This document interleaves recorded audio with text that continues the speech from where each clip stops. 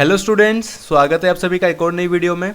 आज की इस वीडियो में हम सॉल्व करने वाले हैं 10th क्लास के मैथमेटिक्स के एग्जाम का क्वेश्चन पेपर, जिसका कोड है JSK2, सेट नंबर 4 है ये, और यहाँ पे लिखा है क्वेश्चन पेपर कोड नंबर। इसको आप मैच कर सकते हैं। ये जो क्वेश्चन पेपर था वो था मैथमेटिक्स बेसिक का, ठीक है। यहाँ पे लिखा है टर्म 1, आपको पता ही है टर्म 1 का पेपर है ये। तो चलिए देख लेते हैं कि किस टाइप के क्वेश्चन के अंदर आए थे। हालांकि पेपर काफ़ी इजी था, सिर्फ एक दो ही क्वेश्चन ऐसे थे जिसके अंदर थोड़ा डाउट हो सकता था, उसको भी हम देख लेंगे आगे चल के। तो जो पहला क्वेश्चन था, यहाँ पे लिखा था कि संख्याएं 92 एंड 152 का HCF क्या है, ठीक है। तो HCF काफ़ी आसानी से निकाल सकते हो 92 एंड 152 का। इस टाइप से निकाल लेते तब भी इसका आंसर 4 ही आता। सो ए आंसर बिल्कुल करेक्ट है क्वेश्चन नंबर 1 का, ए ऑप्शन। सेकंड पे आते हैं। सेकंड में यहाँ लिखा है त्रिभुज ABC दे रखा था ये, जिसमें DE और BC क्या है, समांतर है, पैरेलल है। ये दोनों जो रेखाएं हैं। AD क्या है, 4 है। DB क्या है, 6 सेंटीमीटर है।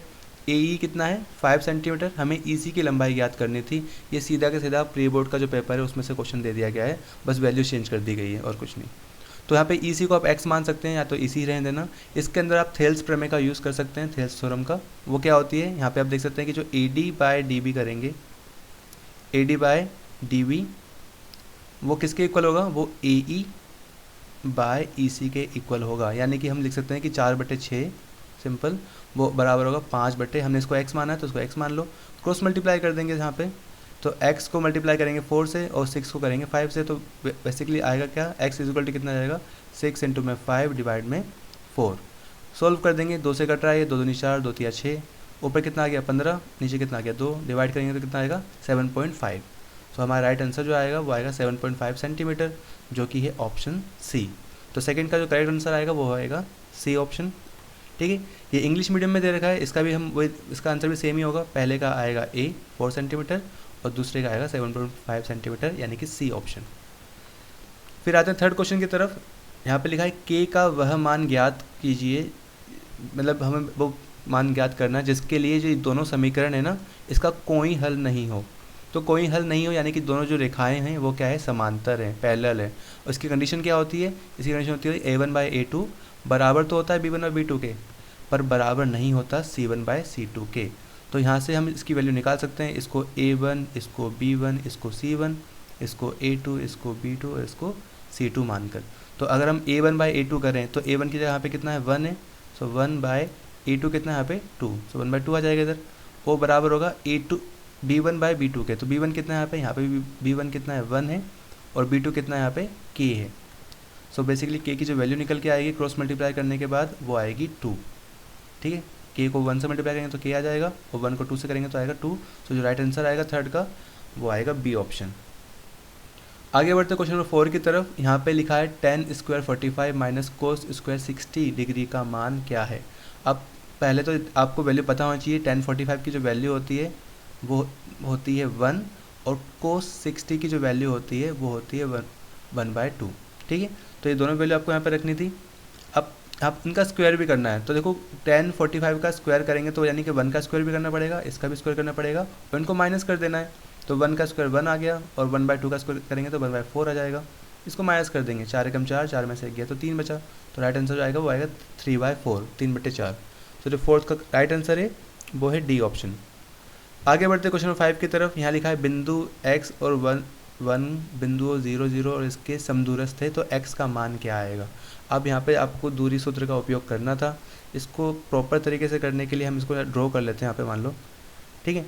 सो इस बिंदु को मान लेते हैं, बिंदु बीच में है ना, तो ये हो गया x और 1, एक जगह आ गया 0 और 2, और एक जगह आ गया 2 और 0, ठीक है। अब समदूरस्थ है, आप चाहो तो दूरी सूत्र लगाओ, चाहे बिना दूरी सूत्र के भी जो सॉल्व हो सकता है, ठीक है। इसका राइट जो आंसर आएगा वो आएगा ऑप्शन ए, यानी कि 1 आएगा। पर दूरी सूत्र लगाओगे तो कैसे लगाओगे, देखो इसको आप नाम दे देते हैं, इसको A, इसको O, इसको B। तो पहले आपको AO निकालना पड़ेगा। AO निकालेंगे दूरी सूत्र लगा के, क्या आएगा x2 माइनस x1 का स्क्वायर प्लस में y2 माइनस y1 का स्क्वायर होल स्क्वायर, ठीक है। सॉल्व कर देंगे, यहाँ पे कितना आएगा, x2 माइनस x1 का स्क्वायर करेंगे यानी कि 0 माइनस x का स्क्वायर कर दो, प्लस y2 माइनस y1 यानी कि 2 माइनस 1 का होल स्क्वायर। तो 0 माइनस x का होल स्क्वायर करेंगे तो यहाँ पे क्या आएगा, x स्क्वायर ही आएगा, और इधर कितना आएगा 2 में से 1 क्या, तो 1 का स्क्वायर आएगा 1। तो यहाँ पे तो ये आ गया इसका AO का। अब ये रूट से बाहर निकलेगा, इसको यहीं पे छोड़ दो, दूसरा क्या निकाल लेते हैं हम, यहाँ पे हम बी ओ निकाल लेते हैं। तो बी ओ कितना आ जाएगा, वो उसमें सेम फॉर्मूला लगेगा, ठीक है, x2 माइनस x1। आप 2 में से इसको या तो 2 माइनस एक्स कर लो या x माइनस 2 कर लो। तो मान लो हम x माइनस 2 कर लेते हैं, तो x माइनस 2 का होल स्क्वायर कर लेंगे प्लस 1 माइनस 0 का होल स्क्वायर। तो यहाँ पे भी कितना आएगा, यहाँ पे भी x माइनस 2 का होल स्क्वायर प्लस में 1 का स्क्वायर करेंगे तो 1 ही आएगा। अब ये रूट में है, अब क्योंकि देखो समदूरस्थ है, इक्वी डिस्टेंस है, यानी कि दोनों के दोनों क्या होंगे, बराबर हो जाएंगे। सो अंडर रूट में एक्स स्क्वायर प्लस 1 बराबर हो जाएगा यहाँ पे अंडर रूट में x माइनस 2 का होल स्क्वायर प्लस 1 के। रूट से रूट कट जाएगा। अब यहाँ पे a माइनस बी का होल स्क्वायर का फॉर्मूला लग जाएगा, तो उसको लगा दो। यहाँ पे कितना हो जाएगा, इधर एक्स स्क्वायर प्लस 1 ही रहेगा, इधर लग जाएगा a माइनस बी का होल स्क्वायर का फॉर्मूला, यानी कि a का स्क्वायर यानी x का स्क्वायर प्लस b का स्क्वायर यानी कि 2 का स्क्वायर। अब 2 का स्क्वायर कितना हो जाएगा, 4 माइनस का 2ab यानी कि 4x और प्लस का 1। अब जो चीज़ कट रही है काट दो, एक्स स्क्वायर से एक्स स्क्वायर कट जाएगा यहाँ पे, ठीक है। अब ये 4 प्लस का है, अब ये प्लस का 1 है, ये भी प्लस का 1 है, ये भी कट जाएगा। ये 4 प्लस का हो जाएगा, क्या हो जाएगा, माइनस का, तो माइनस का 4x हो जाएगा, माइनस का 4, एक्स की वैल्यू कितनी आएगी, -4, और ये जो मल्टीप्लाई में माइनस का 4 है वो यहाँ चले जाएगा डिवाइड में, कट के कितना आएगा, 1 ही आने वाला है, यानी x की जो मान आएगा वो आएगा 1। इतना पूरा सॉल्व करने के बाद 1 आ रहा है। इसका एक इजी तरीका भी था शॉर्टकट, पर हम इसको लंबे तरीके से करेंगे क्योंकि हमें मज़ा आ रहा था इसको करने में, ठीक है, ऐसा कुछ भी नहीं है। देखो तो इसका जो करेक्ट आंसर आ रहा है वो आ रहा है 1, ठीक है। आगे देखते हैं, क्वेश्चन नंबर 6 को देख लेते हैं, इसको इरेज कर देते हैं पहले। यहाँ लिखा है 2 सिक्कों को एक साथ उछाला गया है और निश्चित रूप से एक चित आने की प्रायिकता क्या है। अब 2 सिक्के जब उछलते हैं तो क्या, तो या तो दोनों में हेडेड आ सकता है, या एक में हेड एक में टेल, या एक में टेल एक में हेड, या दोनों में टेल आ सकते हैं, ठीक है। तो वो बोल रहा है कि 2 मतलब एक चित आने की प्रायिकता बोल रहा है वो। अब एक चित यानी एक हेड इसमें भी आ सकता है, इसमें भी आ सकता है, तो टोटल तो हो गए 2, और टोटल आउटकम कितने हैं इसमें, 4, 1 2 3 4, तो 4 नीचे आ जाएगा, डिवाइड करके कितना आएगा, 1/2 आएगा, तो इसका राइट आंसर आएगा बी, 1/2, ठीक है। तो 5वें का ए था, 6ठे का है बी। आगे बढ़ते हैं 7वें की तरफ। 7 क्वेश्चन में लिखा है कि 22 सेंटीमीटर लंबी एक वृत्ताकार चाप 21 सेंटीमीटर त्रिज्या वाले वृत्त के केंद्र पर कोण बनाती है थीटा, ठीक है। तो थीटा का मान ज्ञात करना है, इस एंगल की वैल्यू क्या आएगी, 60 डिग्री आएगी भाई, सिंपल सी बात है। कैसे आएगी वो आपको फॉर्मूला लगाना पड़ेगा। अभी को आपको पता है कि जो इसका जो क्षेत्रफल आता है, ठीक है, तो त्रिज्यखंड का जो क्षेत्रफल होता है वो होता है θ/360 इंटू में πr², ठीक है, ये होता है।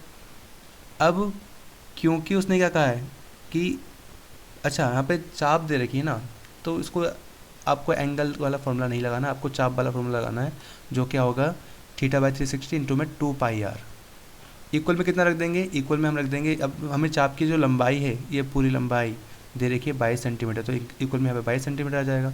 सॉल्व कर देंगे इसको, थीटा की जगह पे थीटा रहने दो, यहाँ पे आएगा 360 इंटू में 2 की जगह पे 2, पाई की जगह पे 22/7, रेडियस हमें दे रखी है 21 सेंटीमीटर, तो आएगा 21, इक्वल में कितना आ गया 22। सॉल्व कर देंगे, यहाँ पे 22 मल्टीप्लाई में है, इधर से 22 कट जाएगा पूरा, इस 7 से 21 कट जाएगा 3 बार में, इस 3 से और इस 2 से ये भी कट जाएगा, 2 से कटेगा तो कितना आएगा 180, और 3 से कटेगा तो आएगा 60 डिग्री। 60 यहाँ पे डिवाइड में हो जाएगा, मल्टीप्लाई होगा, तो थीटा की वैल्यू आ जाएगी 60 डिग्री, ठीक है। इस तरह से जो 7th का राइट आंसर आएगा वो आएगा ऑप्शन सी। आगे बढ़ते क्वेश्चन नंबर, अच्छा इंग्लिश मीडियम में दोबारा से आते हैं। 3rd का जब हमने निकाला था, इस इक्वेशन को हमने सॉल्व किया था पूरा, तो जो हमारे जो नो सॉल्यूशन में कोई भी सॉल्यूशन नहीं आएगा, उसका जो राइट आंसर आया था वो आया था बी, यानी कि 2, ठीक है। हमारा जो मान आया था के की वैल्यू। 4th का हमने लिखा था, इसकी जो वैल्यू आ रही थी, इसको माइनस करने के बाद आ रही थी 3/4। उसके बाद हमने 5th किया था कि कौन सा जो समदूरस्थ है, उसका आंसर आया था ए, 5वें का ए करेक्ट आंसर है। 6th का भी हमने करा कि प्रोबेबिलिटी निकालनी थी, मतलब कॉइन टॉस किया था, और हेड आने की प्रोबेबिलिटी निकालनी थी ना, 1 हेड आने की, तो 1/2 आई थी इसकी, बी आंसर था इसका। 7th का तो अभी भी हमने करा है, जिसका जो एंगल आया वो आया 60 डिग्री, ठीक है। चलो आगे बढ़ते हैं क्वेश्चन नंबर 8 की तरफ। यहाँ कहा गया है एक द्विघात बहुपद जिसके शून्यकों का योग 5 है और गुणनफल 0 है, तो वो कौन सा बहुपद हो सकता है। अब काफ़ी ज़्यादा देखो इंटरेस्टिंग क्वेश्चन है, बहुत सारे लोग बोल रहे हैं कि इसके अंदर मिसप्रिंट हुई है, गलती है कुछ ना कुछ, पर इसका आंसर ना बी है।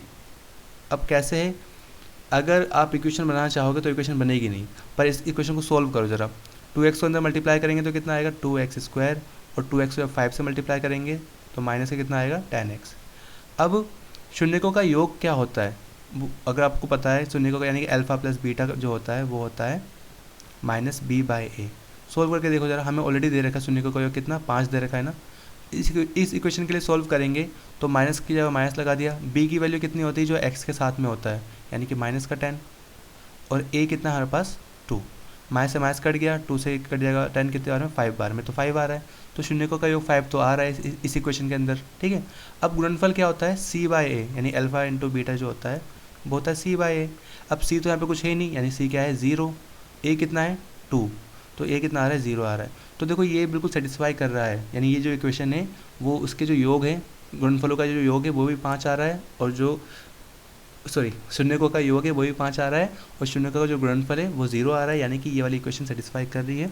तो 8th का जो राइट आंसर आएगा वो आएगा बी ऑप्शन। आगे बढ़ते हैं क्वेश्चन नंबर 9 की तरफ। यहाँ पे लिखा है अगर किसी इवेंट की प्रायिकता, किसी भी चीज़ की प्रायिकता इतनी दे रखी है तो उसकी नहीं होने की प्रायिकता क्या होगी।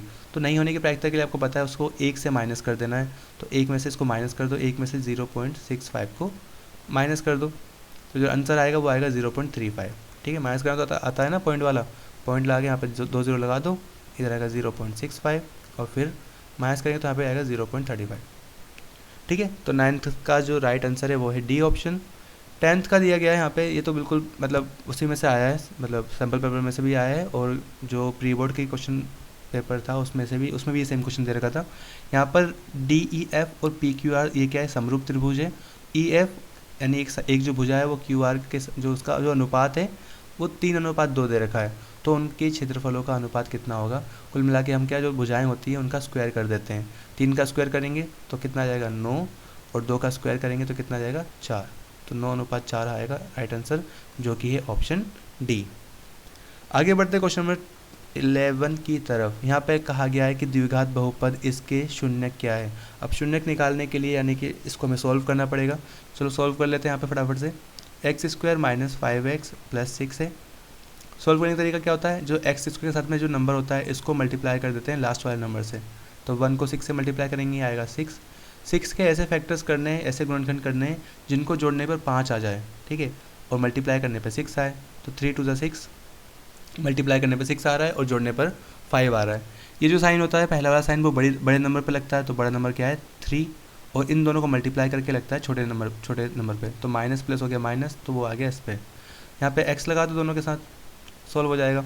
तो x², अब इसको हमें 5x की जगह पे रख देना है, x² - 3x - 2x + 6 कॉमन ले लेंगे यहाँ से x कॉमन आ रहा है, तो यहाँ पर x - 3 बच गया, इधर यहाँ से 2 कॉमन आ रहा है, तो 2 कॉमन लेंगे तो ये जो माइनस का साइन है इसकी वजह से अंदर वाला जो प्लस का साइन है वो माइनस का बन जाएगा, तो x - 3 यहाँ पे भी आ गया।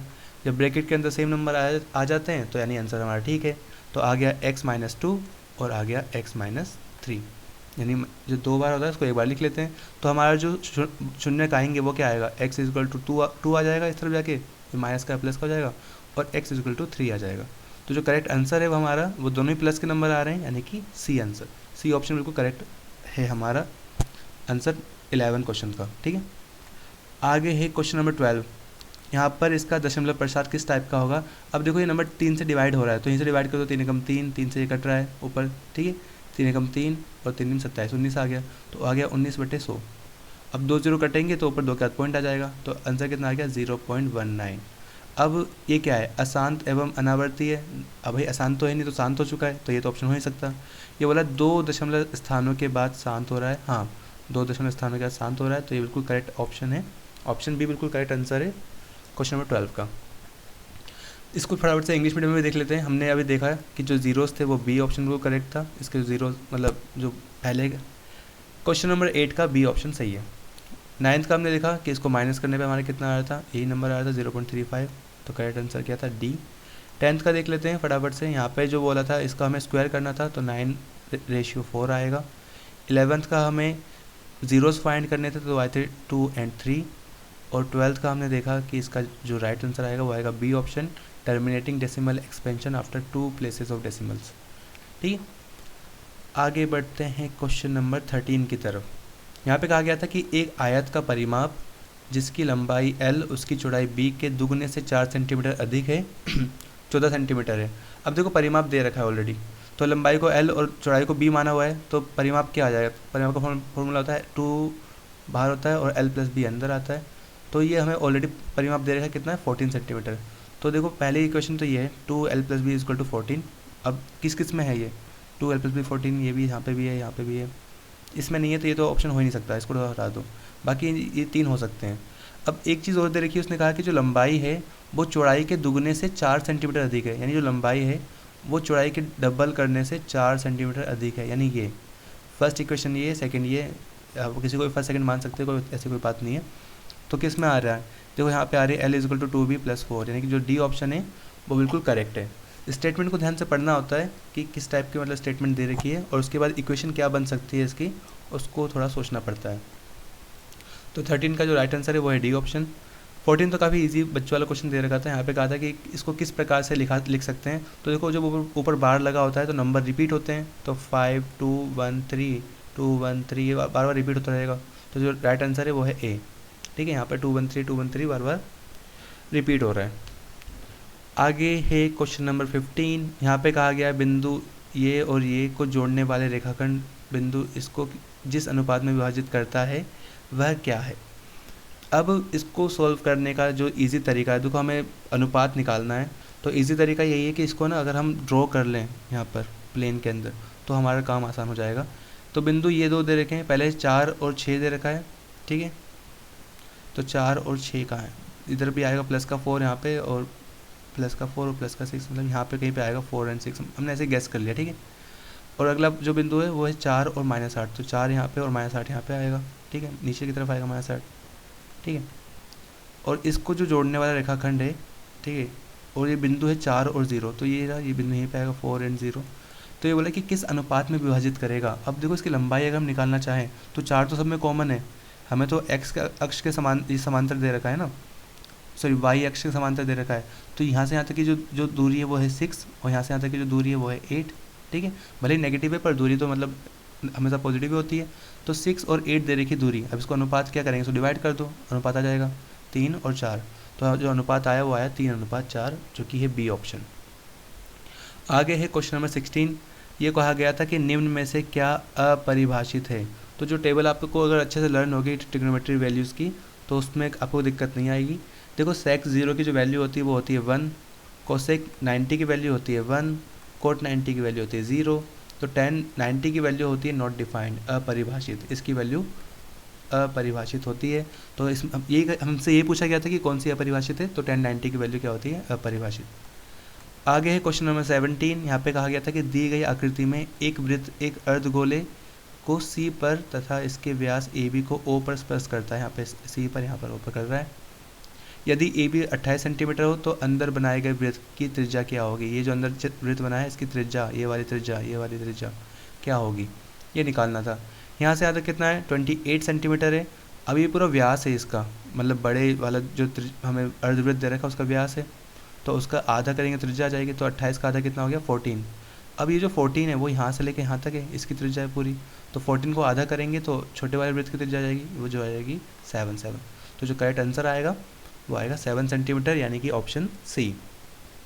17 का होगा ऑप्शन सी। आगे बढ़ते हैं, हिंदी मीडियम में भी देख लेते फटाफट से। 13 का हमारा आंसर आया था ये ऑप्शन डी। 14 का आंसर आया था ए। 15 का आंसर हमने निकाला था कि किस रेशियो में डिवाइड करती है, तो आया था 3:4।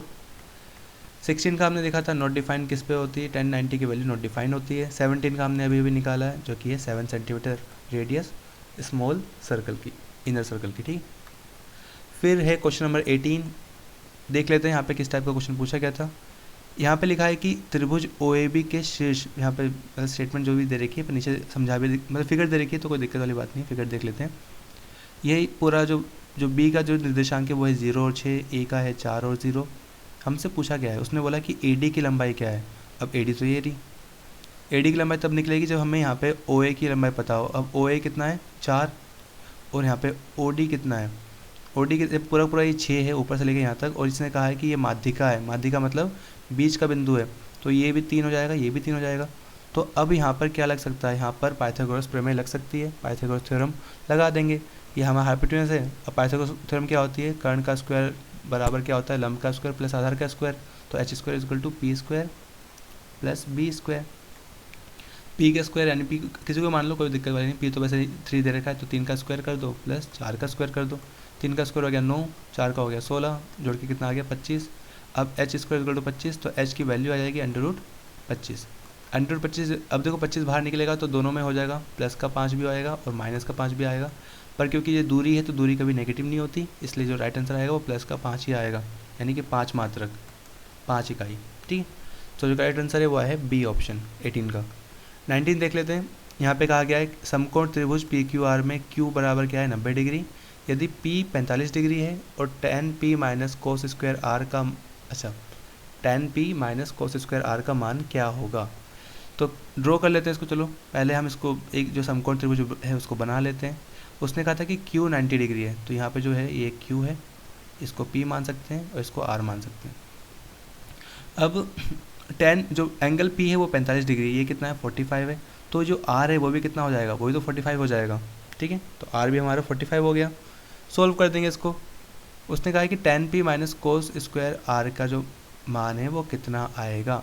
अब tan 45 का भी निकालना है हमें। अब p का मान कितना है, p की वैल्यू कितनी है यहाँ पे 45 है, दोनों 45 है, r भी 45 है, तो tan 45 निकाल लो पहले, उसकी वैल्यू आती है 1, और कोस स्क्वायर r, पहले कोस r की वैल्यू कितनी होगी, देखो कोस r कितना है 45, यानी कोस 45 कितना होता है 1/√2, उसका स्क्वायर कर दो क्योंकि स्क्वायर लगा हुआ है इधर, तो कितना आएगा 1/2 ही आ जाएगा। सो इसको माइनस करना है, सो 1 माइनस 1/2 करेंगे तो आंसर कितना आएगा 1/2 ही आएगा, यानी एक में से आधा माइनस करते तो आधा बचता है। तो जो करेक्ट आंसर है वो है सी ऑप्शन, ये वाला। ठीक है, इसको इसी तरह से आपको एक्सप्लेन करके दिखाना भी है। चलो आगे बढ़ते हैं क्वेश्चन नंबर 20 की तरफ। यहाँ पे लिखा है यदि tan थीटा बराबर है 2/3 तो sec थीटा का मान क्या होगा। बिल्कुल आसान क्वेश्चन है, कोई दिक्कत वाली बात नहीं है, आराम से करेंगे इसको। tan थीटा असल में होता क्या है, परपेंडिकुलर अपन में बेस होता है p/b, और वो हमें दे रखा है 2/3। ठीक है, हमें sec थीटा की मान निकालना है। sec थीटा की जो वैल्यू होती है वो होती है h/b। अब हाइपोटेन्यूज निकालना पड़ेगा तभी हमें sec थीटा का मान पता चलेगा। हाइपोटेन्यूज आराम से निकाल सकते हैं, h वही फॉर्मूला पाइथागोरस का हम लगा सकते हैं यहाँ पे। h square is equal to क्या होगा p square plus b square, यानी 2 का स्क्वायर, यानी कि 2 का स्क्वायर प्लस 3 का स्क्वायर। 2 का स्क्वायर हो गया 4, 3 का स्क्वायर हो गया 9, जुड़ के कितना आ गया 13। यहाँ से स्क्वायर हटेगा तो यहाँ पे रूट लग जाएगा, यानी कि √13। तो सेक थीटा की जो वैल्यू आती है वो आती है h/b। हाइपोटेन्यूज हमारा कितना आ गया 13 आ गया, अंडर रूट, और b बेस कितना है यहाँ पे, बेस ऑलरेडी यहाँ पे 3 दे रखा था तो 3 आ जाएगा यहाँ पे। तो करेक्ट आंसर है वो है a, √13/3 20 का। तो इंग्लिश मीडियम में देख लेते हैं फटाफट से। 18 का हमारा 5 यूनिट्स आया था। 19 में हमने देखा कि जो वैल्यूज़ आई थी हमारा वो आई थी 1/2, यानी कि सी ऑप्शन। 20 का हमने देखा था √13/3, यानी कि ए ऑप्शन करेक्ट है। फिर आते हैं खंड ख पे। हमारा खंड का कंप्लीट होता है, सेक्शन ए कंप्लीट होता है। सेक्शन बी पे हम बढ़ते हैं। यहाँ पे पूछा गया है कि 14 सेंटीमीटर त्रिज्या तथा केंद्रीय कोण 45 डिग्री वाले त्रिज्यखंड का परिमाप ज्ञात करना था। ठीक है, पेरीमीटर निकालना था। क्वेश्चन नंबर 21 है ये। इजी क्वेश्चन है, कोई दिक्कत वाली बात नहीं है, फॉर्मूला लगाना है बस, और कुछ नहीं। तो केंद्रीय कोण दे रखा है, ये हमें परिमाप निकालना है। अब परिमाप देखो, ये 14 सेंटीमीटर है, ये भी 14 है। अगर हमें ये पता चल जाए, ये वाला चाप, ठीक है, ये अगर पता चल जाए कि कितना है, कितने सेंटीमीटर की है, तो सबको जोड़ देंगे तो परिमाप आ जाएगा। अब इसका फॉर्मूला है ही वही वाला, θ/360 इंटू में 2πr। वैल्यू रख दो फटाफट से। थीटा की वैल्यू कितनी है 45, 360 नीचे आ जाएगा हमारा, इंटू में 2πr, 2 की जगह पे 2 रख दो, पाई की जगह पे 22/7। रेडियस कितनी है 14 है। सोल्व कर दो, 7 से कट जाएगा ये कितने बार में, 7 से कट गया 2 बार में। यहाँ पे ये कट रहा है 9 से, दोनों काट दो, 9 5 940, या 8 बार में कट जाएगा पूरा। इससे ये कट गया, 2 दूनी 4, यहाँ पे 4 आ गया। ठीक है, और क्या बच गया, 4 से ये भी, अच्छा यहाँ पे 11 4 2 4, ऐसे 2 आएगा ना यहाँ पे, सॉरी 2 आएगा, 2 से कट गया 22, 11 बार में, तो ऊपर बच गया 11। यानी कि इसकी जो वैल्यू आ रही है, इस जो चाप की जो लंबाई आ रही है वो आ रही है 11 सेंटीमीटर। सबको जोड़ दो, 14 14 और 11, तो कितना आएगा 39। जो करेक्ट आंसर आएगा वो आएगा डी ऑप्शन। आगे है क्वेश्चन नंबर 22। यहाँ पे कहा गया था कि एक थैले में 16 लाल गेंदे, 8 हरी और 6 नीली गेंदे। सबको जोड़ दो पहले, तो हमें पता है कि प्रायिकता निकालने की बात करने वाले हैं। ये देखो, ये लिखा प्रायिकता निकालनी है, सबको जोड़ दो। 16 8 और 6 कितना आ गया, 16 और 8 कितना आएगा 30 आएगा, 30। ठीक है, 16 30 आ गया सबको जोड़ के। और उसने कहा कि यदि एक गेंद निकाली जाए और वो गेंद क्या हो, नीले रंग की हो, तो नीली गेंद कितनी है, 6 है, तो 6 ऊपर आ जाएगा, डिवाइड कर देंगे, 1/5 आंसर आ जाएगा हमारा, जो कि है बी ऑप्शन।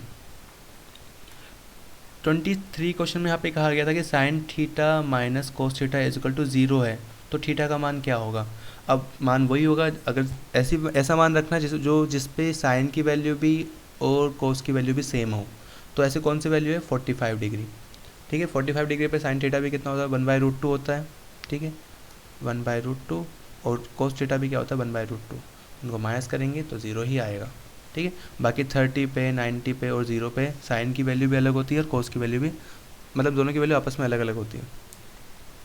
आगे है क्वेश्चन नंबर 24। यहाँ पे कहा गया था किसी घटना के घटित होने की प्रायिकता इतनी है, तो इस घटना के घटित ना होने की प्रायिकता क्या होगी। वही ऊपर वाला क्वेश्चन हमने किया भी था, ये वाला माइनस कर देना है एक में से, 1.00 लगा दो, यहाँ पे 0.02 लगा दो, घटा दो इसको, तो 0.98 आ जाएगा, 0.98, जो कि ये ऑप्शन सी, ठीक है।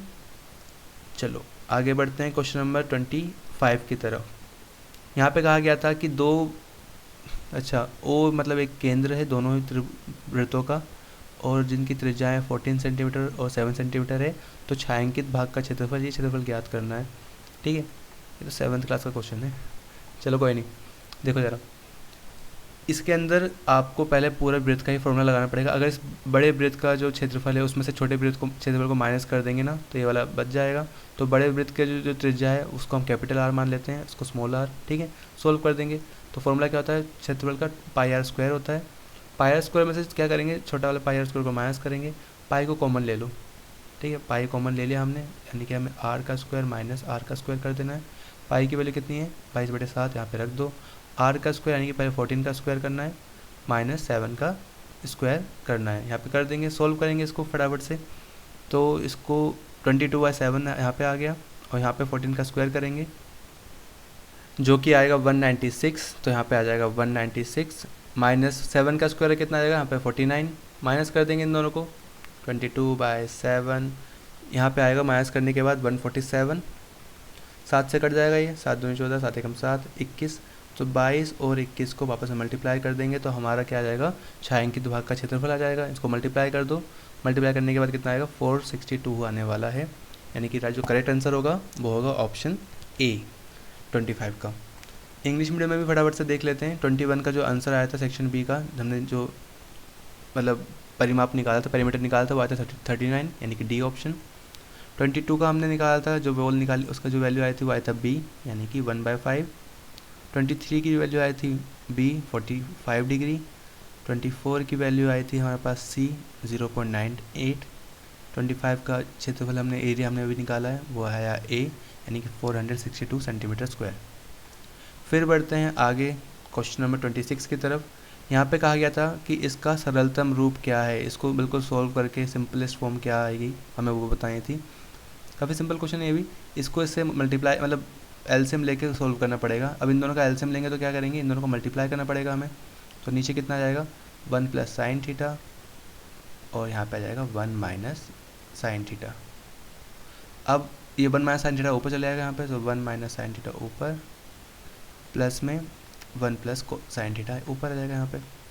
अब क्या होने वाला है, ये माइनस का sin थीटा है, ये प्लस का, ये तो कट जाएगा, और एक क्या हो जाएगा, जुड़ के 2।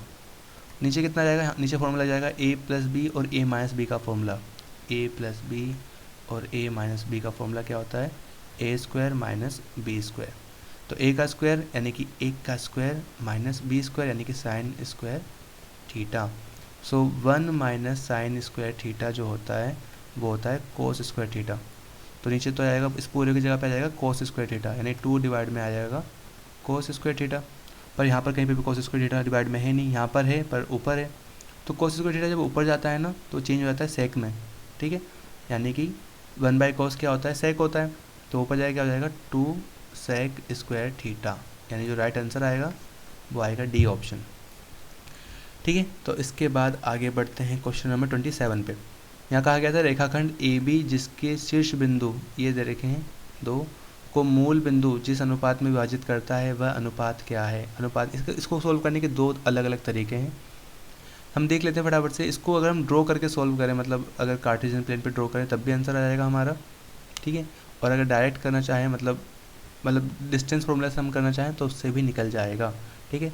अगर मूल बिंदु से हम अगर इसको हम मतलब वैल्यू पे अगर यहाँ पे पुट कर दें, फटाफट से देख लें, मान लो अगर ड्रॉ करें इसको तो a कितना है, 1 और -3, यानी प्लस का x का 1 और y का -3 यहाँ पे कहीं पे आएगा, ठीक है। 1 -3 और ये कितना है -3 एंड 9, तो x का -3 ये रहा, y का 9 यहाँ पे ऊपर कहीं आएगा, तो यहाँ पे कहीं पे आएगा -3 एंड 9।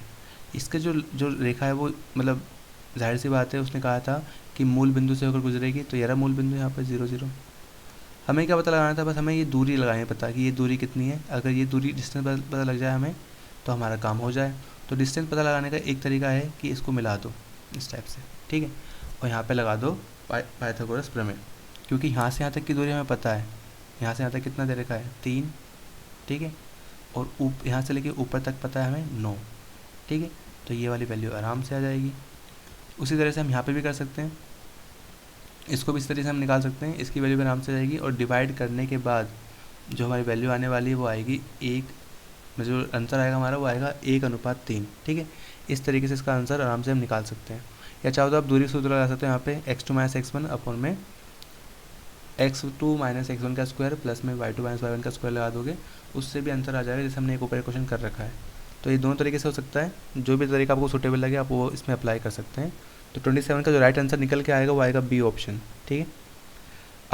आगे हम बढ़ते हैं क्वेश्चन 28 की तरफ।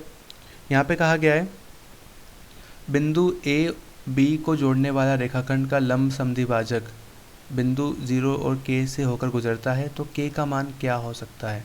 अब देखो ये रहे बिंदु 2, एक तरफ क्या है -8 और 0, और एक तरफ है यहाँ पे प्लस का 8 और 0, और ये जो बीच में से लंब समद्विभाजक गया है अब वो है 0 और यहाँ पे k दे रखा है।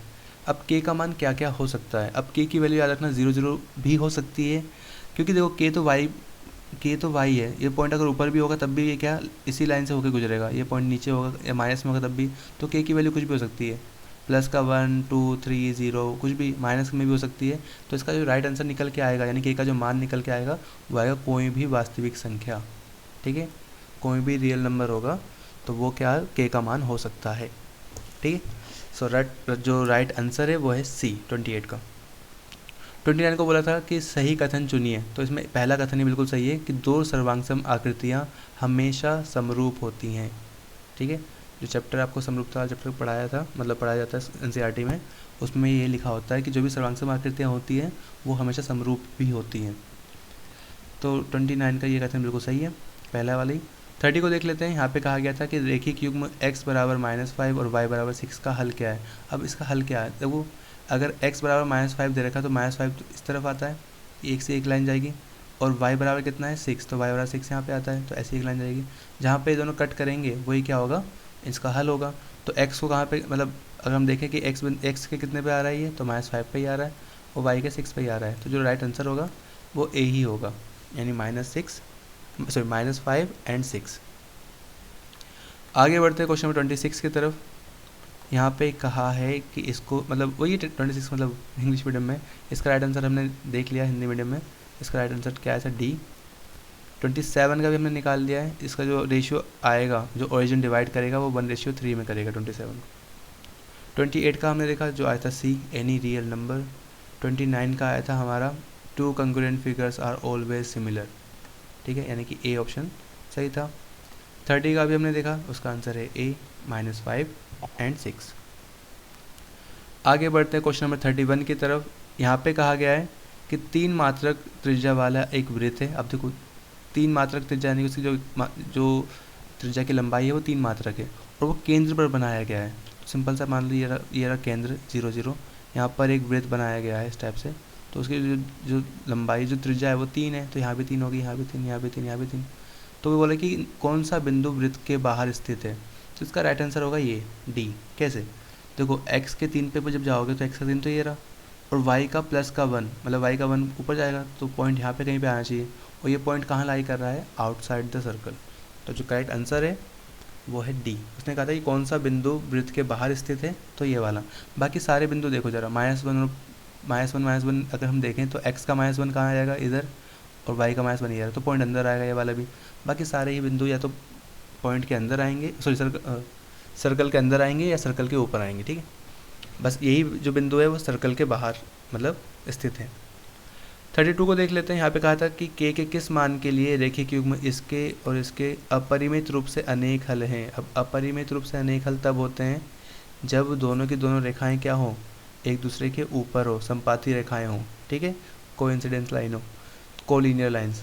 तो इसकी कंडीशन क्या होती है, इसकी कंडीशन होती है a1/a2 बराबर हो b1/b2 बराबर हो c1/c2 के।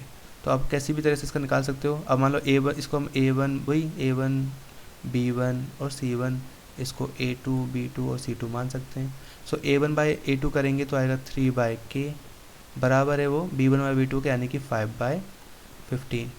क्रॉस मल्टीप्लाई कर देंगे फटाफट से, इसको सॉल्व हो जाएगा ये वाला आराम से आंसर। यहाँ पर भी काट सकते हैं, 5 1 से 5, 5 3 से 15 कर देंगे। क्रॉस मल्टीप्लाई करेंगे तो 3 3 से कितना आ जाएगा 9, तो k की वैल्यू आ जाएगी 9। तो हमारा जो राइट आंसर है वो है बी 9, ठीक है। 32 के बाद बढ़ते हैं क्वेश्चन नंबर 33 की तरफ। यहाँ कहा गया था कि दो क्रमागत सम संख्याओं का HCF क्या होगा। अब दो क्रमागत सम संख्याएं क्या होती है, जैसे मतलब मान लो लगातार संख्या, जैसे मान लो 2 और 4, इसका HCF क्या होगा, 2 होगा। 12 और 14, इसका HCF भी क्या होगा, 2 होगा। तो हमेशा याद रखना दो क्रमागत सम संख्याओं का जो HCF होता है वो 2 ही होता है। 34 का देख लेते हैं। यहाँ पे कहा गया था कि द्विघात बहुपद इसके शून्य किस प्रकार के हैं। तो इसके शून्य होंगे दोनों ऋणात्मक, ठीक है। इसको समझने के लिए आप एक दूसरा मतलब बहुपद ले सकते हो, एक इजी बहुपद जिसको आप सोल्व कर सकें। बस देखो यहाँ पे साइन का फ़र्क होता है। अगर दोनों साइन पॉजिटिव है तो उसके जो शून्य आएंगे वो दोनों नेगेटिव आएंगे, दोनों ऋणात्मक आएंगे। जैसे आप ले भी सकते हो x² प्लस में 8x, ठीक है, प्लस में 16। इसको अगर आप यहाँ पे भी प्लस यहाँ भी प्लस को सॉल्व करोगे तो दोनों शून्य क्या आएंगे, -4 आएंगे। तो इसका मतलब यही है कि सॉल्व करने के बाद जो शून्य आएंगे वो दोनों क्या आएंगे, नेगेटिव आने वाले हैं। 34 का क्या जाएगा, ए। 35 को देख लेते हैं। यहाँ पे कहा गया था कि ये जो बिंदु है उसको जोड़ने वाला रेखाखंड का मध्य बिंदु क्या होगा। मिडिल पॉइंट निकालना है तो इन दोनों को प्लस कर दो, 2 से डिवाइड कर दो, -3 -6/2 यानी -9/2 आ जाएगा पहला। इन दोनों को जोड़ दो, 9 और 4 को। अब 9 और 4 को जोड़ेंगे तो 4 तो माइनस का है, तो 9 में से 4 गया तो बचेगा 5/2 आएगा, जो कि राइट आंसर हमारा निकल के आएगा वो आएगा सी, ये वाला। आगे है क्वेश्चन नंबर, अभी यही इंग्लिश मीडियम में दे रखा है, देख लेते हैं इसको फटाफट से। फर्स्ट हमने देखा कि ये वाला बिंदु बाहर था, डी वाला। 32 का हमने देखा कि इसका जो राइट आंसर आया था वो आया था 9, बी। 33 का देखा कि जो HCF आएगा कंसेक्यूटिव इवन नंबर का वो 2 आएगा। 34 का जो राइट आंसर था बोथ नेगेटिव। 35 का हमने देखा जो आंसर था वो था सी ऑप्शन, -9/2 एंड 5/2। अब आ जाते हैं आगे। यहाँ पे कहा गया है इसका 36 का जो दशमलव प्रसार है वह किस प्रकार का होगा। अब देखो 2 5 10 10 तो यहाँ पे आ रहा है, मतलब कुल मिला के 2 5 5 का स्क्वायर करेंगे 25 आएगा, 25 दूनी 50, यानी कि ये तो कर सकते हैं। पर ऊपर 13 है और यहाँ पे 7 है, जो कि आपस में कभी भी कंप्लीट डिवाइड नहीं हो सकते। यानी इनका जो दशमलव प्रसार निकल के आएगा वो आएगा अशांत परंतु आवृत्ति, ठीक है। ना तो प्रॉपर डिवाइड होगा पर रिपीट ज़रूर होगा, ठीक है। आवृत्ति मतलब रिपीट होने वाला। आगे है क्वेश्चन नंबर 37। यहाँ पे कहा गया था, ये तो सिंपल क्वेश्चन है। यहाँ पे ये 2 सेंटीमीटर, ये 3 सेंटीमीटर है। उसने DE/BC का DE और BC का अनुपात पूछा है, तो वो आएगा 2 और इन दोनों को जोड़ के कितना आएगा 5, तो 2:5 यानी कि बी ऑप्शन। 38 और भी सिंपल क्वेश्चन है। यहाँ पे इन दोनों का LCM और HCF को मतलब बताया है, तो संख्याओं को गुणा कर देना है, ठीक है। हमने पढ़ा है फॉर्मूला कि संख्याओं का जो गुणनफल होता है वो HCF और LCM के गुणनफल के बराबर होता है। तो 50 और 20 को गुणा करेंगे तो आएगा 1000, यानी कि जो ए ऑप्शन है वो बिल्कुल करेक्ट है। 39 में बोला था कि प्राकृत संख्या n के किस मान के लिए 6 की पावर n अंक 0 पर समाप्त होगा। अब एक चीज़ याद रखना, ज़्यादातर बच्चों ने यहाँ पे 0 टिक किया होगा, जो कि गलत आंसर है। ऐसा क्यों है, क्योंकि वो बोला है प्राकृत संख्या। अब प्राकृत संख्या 0 से शुरू नहीं होती है, नेचुरल नंबर्स तो 1 से स्टार्ट होते हैं। तो इसमें जो 1 से स्टार्ट होने वाला नंबर, 1 के आगे के नंबर क्या है, 6 और 5 है, और इनको रखने के बाद भी हमारा आंसर नहीं आ रहा। तो इसका जो राइट आंसर होगा वो आएगा डी, कोई नहीं, ठीक है। 6 की पावर 0 रखने पे 0 तो आएगी, जाहिर सी बात है आएगी, पर 0 प्राकृत संख्या नहीं होती, इसलिए राइट आंसर नहीं है। इसका राइट आंसर होगा डी, कोई नहीं।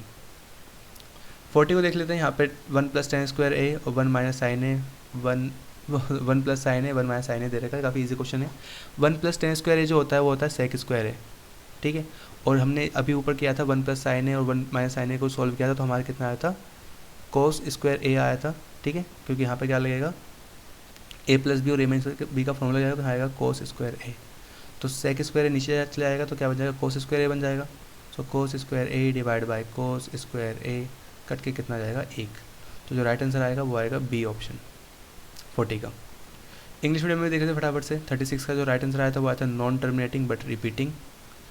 37 का आया था 2:5 यानी कि बी ऑप्शन, हाँ 2:5 बी आया था इसका आंसर। 38 का हमने देखा, इसका ए आंसर था 1000। 39 का था नन यानी कि डी ऑप्शन। 40 का था बी यानी कि आंसर उसका 1 था। जो ग है वो क्या है, केस स्टडी वाले क्वेश्चन है। अब केस स्टडी वाले क्वेश्चन को ज़्यादा मतलब एक्सप्लेन करने की ज़रूरत नहीं है, मैं आंसर बता देता हूँ, फटाफट से देख लेते हैं। यहाँ पर देखो जो हाइट थी वो ये है, h = -t² प्लस में 2t + 8 है। यहाँ पे जो बोला कि गेंद द्वारा प्राप्त अधिकतम ऊंचाई क्या है, तो देखो यहाँ से आता तो ये 8 मीटर है, फिर उसने ऊपर से ही फेंका होगा, तो जो अधिकतम ऊंचाई इसकी निकल के आई, इस क्वेश्चन को सोल्व करने के बाद आने वाली है 1 हाइट। तो 8 मीटर में 1 जुड़ जाएगा तो आएगा 9 मीटर। तो जो करेक्ट आंसर आएगा 41 का वो आएगा 9 मीटर। 42 में बोला है कि ये किस प्रकार का मतलब बहुपद है, किस तरह का मतलब ये ग्राफ बना हुआ है, तो ये द्विघात बहुपद है, क्योंकि दो घात लगी हुई है इसके अंदर, t² लिखा होता है ना इसलिए। गेंद की अधिकतम ऊंचाई कितनी आएगी, जो ऊंचाई तक पहुंचने में कितना समय लगेगा, तो 1 सेकंड का समय लगेगा। यहाँ पे देखो शून्यकों की संख्या पूछी गई है, तो द्विघात बहुपद में शून्य सिर्फ 2 होते हैं, हमने सॉल्व किए हैं कई सारे, तो सिर्फ 2 बहुपद होंगे, इसका राइट आंसर होगा 2। और फिर है क्वेश्चन नंबर 45 जिसका राइट आंसर होगा ये। उसने कहा था बहुपद के शून्य क्या है, तो इस जो इक्वेशन थी उसको सॉल्व करने पे आएगा -2 और 4। मैंने ऊपर एक इक्वेशन सॉल्व करके दिखाई थी, उसी तरीके से इसको भी करना है। इंग्लिश मीडियम में भी ये सेम चीज़ दे रखी है। पहले का जो आंसर आएगा वो 9 मीटर आएगा, इसका जो आएगा क्वाड्रेटिक पॉलिनोमियल आएगा, इसका जो हाइट मतलब मैक्सिमम जो टाइम जो था जितना लिया था उसने तो 1 सेकेंड लिया था, सी आंसर आएगा इसका। 44 की बात करें तो ग्राफ के अंदर कितने मतलब नंबर ऑफ जीरोस पूछ रहे थे तो वो 2 होंगे। जीरोज इसके पॉलिनोमियल के क्या होंगे -2 और 4, आप चेक कर सकते हैं। केस स्टडी जो 2 थी उसके अंदर भी इसी टाइप की केस स्टडी थी। यहाँ पे 2 त्रिभुज दे रखे हैं, एक ये वाला और एक ये त्रिभुज PQR। इसको देखने के बाद मतलब सॉल्व करना था। इसका पहला जो क्वेश्चन था उसमें कहा था कि कौन सी कसौटी समरूप के सिद्ध करने के लिए वैध नहीं है, मतलब कौन सी कसौटी नहीं होती, तो RHS कसौटी नहीं होती, बाकी सारी होती है। तो राइट आंसर ही इसका डी होगा 46 का। 47 को देख लेते हैं। यहाँ पे कहा गया था कि प्रत्येक वर्ग की भुजा x मात्रक हो तो भुजा BC की लंबाई क्या होगी। अब BC कहाँ है, ये रहा BC यहाँ पे, ठीक है, कहाँ गया, आ जाओ, ये रहा BC, ठीक है। तो हमें देखो ये भी x है, ये भी x है, तो BC क्या होगा। अब यहाँ पे पाइथागोरस थ्योरम लगा सकते हैं हम, क्योंकि ये 90 डिग्री का एंगल बन रहा है। तो BC क्या आ जाएगा x² + x², मतलब दोनों को हमको स्क्वायर कर, मतलब इस टाइप से इसको हम सॉल्व कर सकते हैं। ये x है, ये भी x है, हमें ये पूछा है, तो x² + x² करेंगे तो कितना आएगा 2x², और यहाँ पे रूट लग जाएगा तो 2 तो अंदर फंस जाएगा और x² क्या आ जाएगा, एक बार बाहर निकल जाएगा। तो जो करेक्ट आंसर आएगा वो आएगा x√2 मात्रक, इसका राइट आंसर। BC और PR का जो हमें रेशियो निकालना होगा, तो उसका राइट आंसर निकल के आएगा ये 1/2, याद रखना। आप सॉल्व करके देख सकते हैं, उसको कोई ज़्यादा डिफिकल्ट क्वेश्चन नहीं वाले। क्षेत्रफल का जब रेशियो निकालेंगे तो वो आएगा 1:8 यानी कि डी ऑप्शन, याद रखना। अगर 49 की हम बात करें, सॉरी 4:1, तो सी आएगा इसका आंसर, क्योंकि दोनों का क्षेत्रफल क्या होगा, उनका रेशियो आएगा 4:1। और 50 जो कि लास्ट क्वेश्चन था उसमें कहा गया था कि कौन सा कथन सही नहीं है, तो त्रिभुजों को ध्यान से देखने के बाद पता चलेगा कि जो डी वाला कथन है वो सही नहीं है, ठीक है, बाकी सारे सही हैं। तो जो डी ऑप्शन है वो करेक्ट आंसर है क्वेश्चन 50 का, ठीक है। इस तरह से आपकी जो वर्कशीट है वो आपकी जो पेपर है वो सॉल्व होता है। इंग्लिश मीडियम में देख लेते हैं फटाफट से। 46 का हमने देखा था डी ऑप्शन करेक्ट है, 46 का डी, 47 का ए, 48 का हमने देखा कि जो रेशियो थे दोनों के दोनों क्या है 1:2 में डिवाइड करेंगे। 49 का हमने देखा कि जो क्षेत्रफल का एरिया का जो रेशियो आएगा 4:1 यानी कि सी आएगा। और 50 जो कि लास्ट क्वेश्चन है उसका जो राइट आंसर है वो है डी ऑप्शन, ये वाला। तो इस तरह से आपका जो मतलब पेपर है वो पूरा सॉल्व होता है। आई होप आपके सारे डाउट्स क्लियर हो चुके होंगे। फिर भी कोई डाउट रह जाता है तो आप कमेंट करके पूछ सकते हैं। तो अगर वीडियो पसंद आए तो वीडियो को लाइक करना और ज़्यादा से ज़्यादा शेयर करना, और ऐसे ही सारे पेपर के सोल्यूशन टाइम से पाने के लिए चैनल को सब्सक्राइब भी कर लेना। मिलते हैं अगली वीडियो में, तब तक के लिए stay safe and keep learning.